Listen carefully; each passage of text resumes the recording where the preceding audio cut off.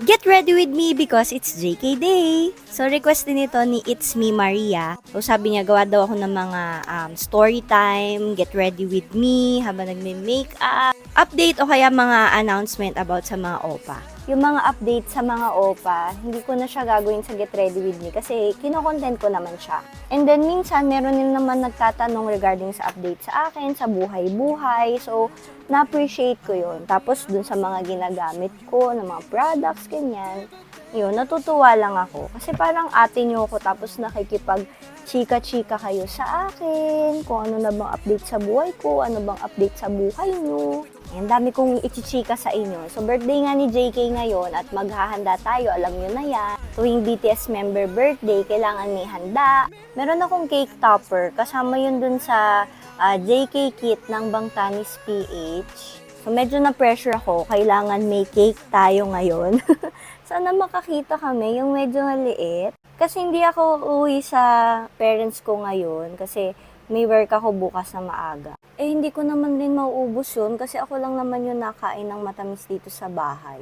Tapos, so order na lang ako. Syempre, alam mo na, McDo, favorite yarn. Hindi ko rin alam kung magla-live pa si JK today kasi nag-live na siya kahapon. Tapos, ayun, nag-practice siya. Ano kaya pinapractice niya, no? Surprise na naman yun. And then, kumain siya with friends. Tapos, magpapahinga daw siya mabuti. Ayun, very good naman yun. Dapat makapahinga talaga siya kasi deserve niya yun. Tapos ginulat pa tayo ni Jimin kahapon. May pag-post nung exposed back nila and flexing yung mga tattoos nila. O diba kumusta naman yun? Parang 12 o'clock na ata yun. O parang magwawan na. Na-excite tuloy ako. Inabangan ko din yung mga post pa ng ibang members. Kung babati na ba sila o baka mamaya pa baka busy din kasi sila ano. Pero for sure naman, nagtawagan-tawagan na yan, o kaya sa GC, binati na nila si JK.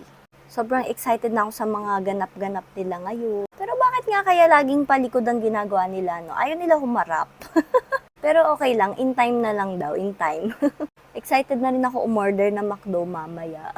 Gusto ko yung quarter pounder. Umabot ba kayo dun sa promo na dapat may ER yung name nyo, kaya surname nyo? Tapos parang 25 pesos na lang yung quarter pounder. Eh kaso walang ER yung name ko, di ba? So wala, sayang. Tapos order ako nung coffee float o kaya yung Coke float. By the way, yung coffee float guys, ang sarap. Yung may cereal kineme. Tapos additional pa nun yung shake fries na cheese. Buti nga na-retain nila yun eh. Kasi dati, di ba, parang nawala yung shake fries. Ang sarap na ganun. Tapos minsan cheese ang gusto ko, minsan barbecue. Sana sa susunod madagdagan pa na ibang mga flavor, di ba? Parang potato corner yarn. So bukod dun sa birthday ni JK ay meron akong aasikasuhin today kasi September na, malapit na yung kasal namin.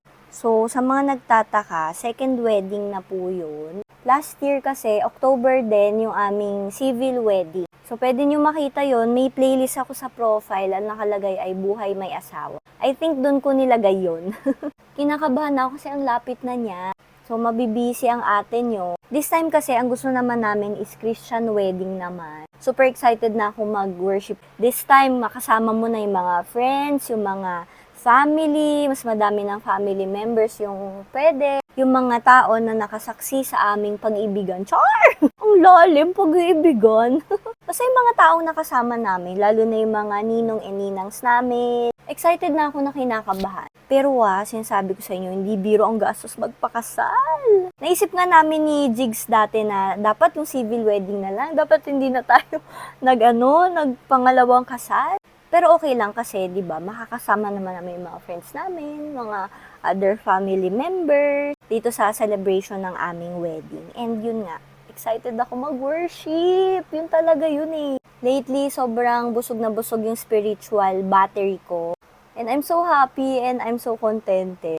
Iba talaga yung hindi mo lang kilala si Jesus sa buhay mo. Iba yung may relationship ka sa Kanya. Kasi naisip ko dati, kapag na-accept mo si Jesus as your Lord and Savior, okay na yun. Kumbaga, masasalba ka na ganyan, tas gawa ka ng mga good deed. Pero it doesn't work that way, guys. Diba sabi nga sa Bible, for it is grace you have been saved through faith, and this is not from yourselves.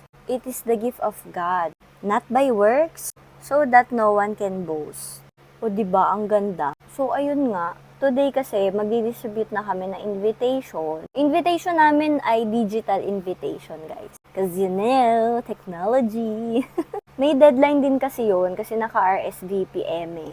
Siyempre kasi may maximum lang din yung bisita namin. Alam niyo naman, for the budget. Masaya na mahirap din mag-asikaso ng wedding. Kasi minsan introvert talaga ako. Kaya parang minsan ayaw ako makipag-usap. Tapos syempre ang daming suppliers din nun. Iba yun sa sound system, iba yun sa pagkain, flower arrangement. Ang daming kailangan gawin. Tapos syempre sino yung mga aabay, ano susutin nila, ano susutin ko, ano susutin ni group. Pero yun, nakakatuwa rin naman siya. Sana wala rin ako makalimutan sa mga bisita. Pero usually yung bisita namin, more on family ni Jigs. Ang dami niya kasing ka-close. Sabi ko sa inyo introvert kasi talaga ako. Well, minsan extrovert, so ambivert. Uy, tapos thank you nga pala dun sa mga nagbigay ng idea dun sa hashtag namin. Nakakatawa kasi talaga yung naisip ko, pang horror. Sabi ko pa nga dun, di ba? Gabing may dilim.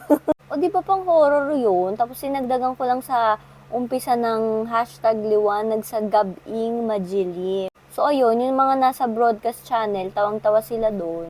Pero di ba, ang ganda rin naman nun? Kasi gagamitin na name ni Jigs ay Gabna or Gabriel. Kasi yun talaga yung tunay niyang name.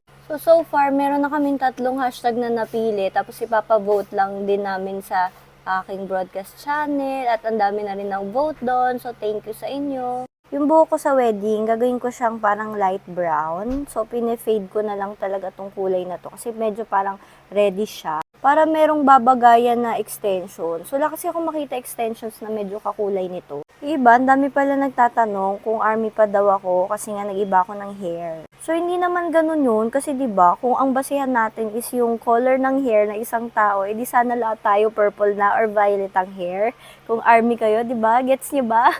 Same din naman dun sa mga hindi naman sila fan tapos purple or violet yung hair nila. Like parang hindi sila fan pero syempre nakikitan sila sa purple or sa violet na hair, ganun. Kaya yun, kapag nakaka-receive ako ng tanong na ganun, ang cute nyo. Ang pig ko pala ngayon is Beauty and the Beast. Bigla na lang nagpop-up yung sa isip ko kasi alam ko nung bata ko, tsaka nung debut ko, ang team ko ay Beauty and the Beast at tsaka pangarap ko maging princess.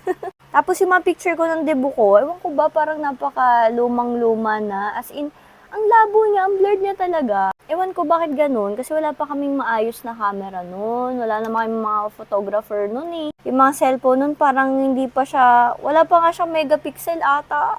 Tapos yung mga song, syempre may mga BTS song, tapos naka-piano or naka-violin siya. Syempre hindi rin mawawala yung worship songs. Gusto ko nga ilagay yung violin version or piano version ng The Astronaut. Ang ganda nun. O kaya Euphoria.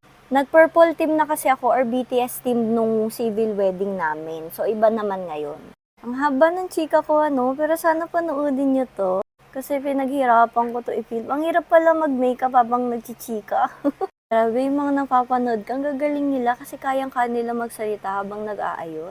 Ayan, next time magchichika ulit tayo, 'di ba? Ibang update naman. And here is the final look. Sana nagustuhan niyo siya. Yan. Thank you for watching!